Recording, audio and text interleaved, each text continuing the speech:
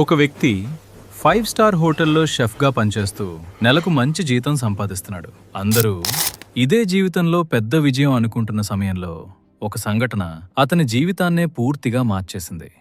Madurai railway station దగ్గర ఆయన ఒక వృద్ధుణ్ణి చూశాడు. ఆకలితో మానసిక స్థితి కోల్పోయిన ఆ వ్యక్తి చెత్తలో పడేసిన పాడైపోయిన ఆహారాన్ని తింటూ కనిపించాడు. ఆ దృశ్యం చూసిన క్షణం, నేను 100 మందికి రుచికరమైన భోజనం వండుతున్నాను, కానీ ఇక్కడొక మనిషి ఆకలితో చెత్త తింటున్నాడు అని ఆయన మనసు తట్టుకోలేకపోయింది. అదే రోజు తన మంచి ఉద్యోగాన్ని వదిలేశాడు. తన దగ్గర ఉన్న డబ్బుతో వంట చేసి వీధుల్లో ఆకలితో ఉన్నవారికి స్వయంగా భోజనం పెట్టడం ప్రారంభించాడు. ఒక్కరోజు కాదు, ఒక్క నెల కాదు, ఏళ్ల తరబడి ప్రతిరోజు వందలాది మంది నిరాశ్రయులకు ఉచితంగా భోజనం అందించాడు. ఆ వ్యక్తి పేరు నారాయణ్ కృష్ణన్. ఆయన ప్రారంభించిన సేవ అక్షయ ట్రస్ట్ పేరుతో లక్షలాది మందికి ఆశగా మారింది.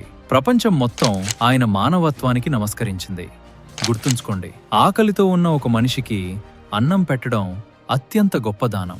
నిజమైన సంపద మన బ్యాంక్ ఖాతాలో కాదు, మన వల్ల నవ్విన ముఖాల్లో ఉంటుంది.